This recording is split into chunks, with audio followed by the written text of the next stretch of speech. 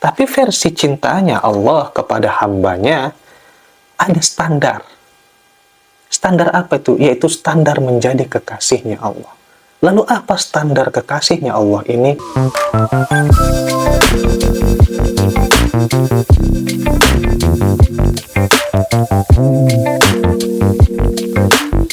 Assalamualaikum sahabatku sekalian, semoga sehat selalu dimanapun berada.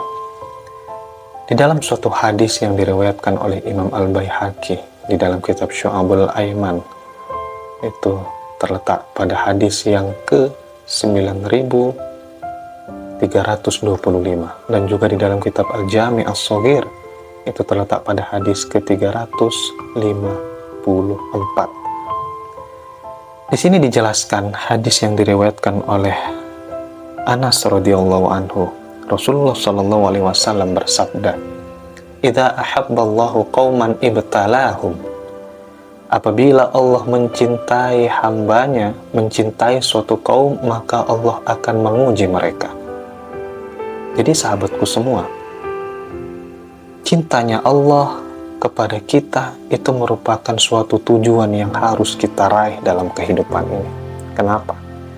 Karena kalau kita sudah dicintai oleh Allah, maka kita akan mendapatkan kebahagiaan di dunia, terlebih kehidupan yang bahagia di hari akhir. Namun ada suatu pertanyaan, kenapa versi cintanya Allah itu memberatkan? Bukan memberikan hidup yang enak, tapi memberikan hidup yang sulit, begitu.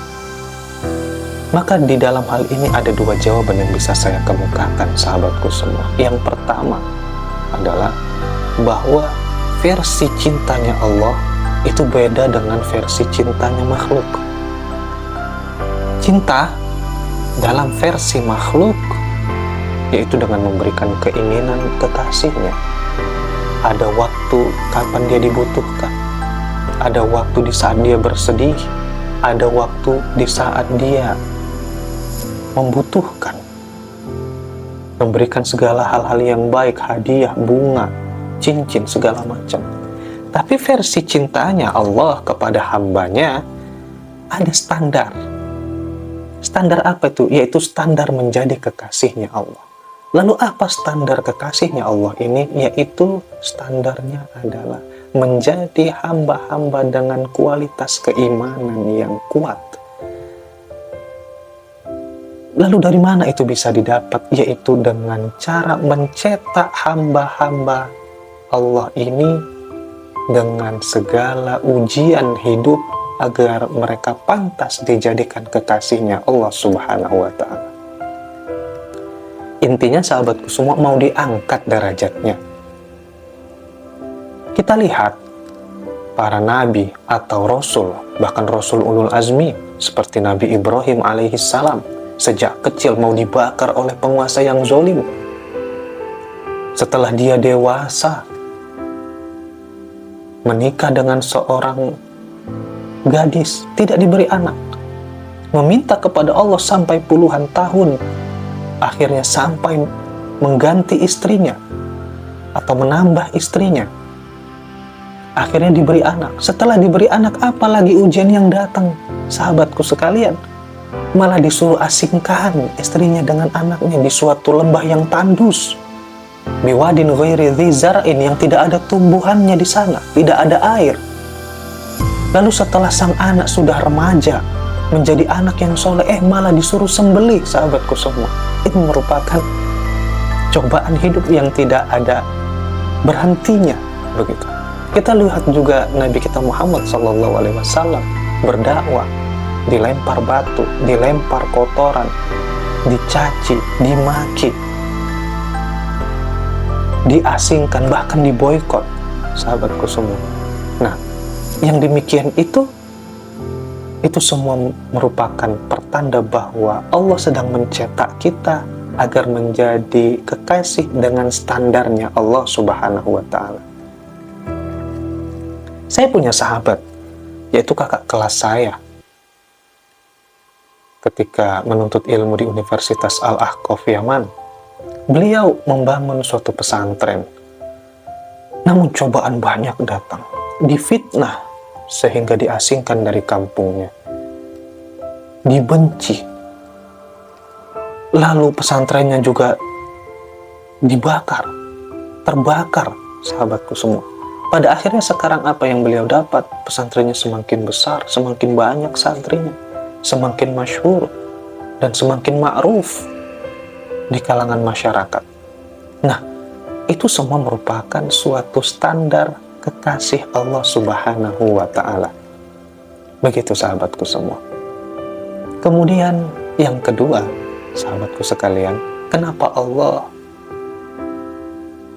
menguji kita saat mencintai kita? Yaitu tujuannya agar Allah menghabiskan segala dosa-dosa kita di atas dunia ini, sehingga di hari akhirat nanti tidak ada lagi dosa. Yang ada hanya pahala dan kebaikan yang kita raih, yang dengan itu bisa memasukkan kita ke dalam surganya Allah Subhanahu wa Ta'ala. Jadi ujian itu, kesulitan hidup itu sebenarnya merupakan kado terindah dari Allah. Begitu sahabatku semua. Berbeda dengan orang yang ketika dia maksiat, melanggar aturan Allah, tapi hidupnya makin enak aja. Duitnya semakin banyak, rumahnya semakin besar, mobilnya bertambah. Yang ditakutkan nanti ketika di dunia dia tidak disadarkan oleh cobaan dan ujian Allah, maka nanti di hari akhirat dia akan meraih segala kesalahan-kesalahan dan dosanya itu, yang mungkin menunda dirinya untuk masuk ke dalam surganya Allah Subhanahu wa Ta'ala. Wal'iyazubillah. Kemudian alasan yang ketiga, sahabatku sekalian, di dalam suatu hadis riwayat yang lain, yaitu riwayat Imam At-Tirmidzi dan Imam An-Nasa'i, hadis ini dilanjutkan. Alasannya kenapa? Liyasma'a tadarru'ahum, agar Allah mendengarkan keluh kesah mereka. Allah memberikan ujian kepada kita, cobaan yang berat, ujian yang sangat luar biasa. Tujuannya apa? Karena Allah ingin mendengar doa-doa kita, mendengar tangisnya kita, mendengarkan aduan kita kepada Allah. Jadi sebenarnya sama seperti ketika seorang kekasih yang ingin mendengarkan curhatan sang kekasihnya, maka Allah itu kekasih yang paling utama dan kekasih yang paling setia, sahabatku semua. Jadi kalau Allah mendengar doa kita, mungkin itu kebaikan yang sudah disiapkan Allah kepada kita. Jadi sahabatku semua, mungkin 3 alasan ini yang bisa menyadarkan kita, menjadi alasan kenapa Allah menguji hamba-Nya.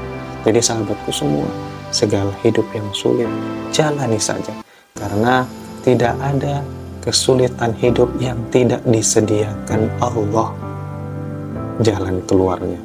Tidak ada masalah yang tidak disediakan Allah solusinya. Jadi solusinya adalah kekasih kita itu sendiri. Siapa kekasih kita itu? Yaitu Allah Subhanahu wa Ta'ala. Baik sahabatku semua, mudah-mudahan ini bermanfaat bagi kita. Terima kasih. Assalamualaikum warahmatullahi wabarakatuh.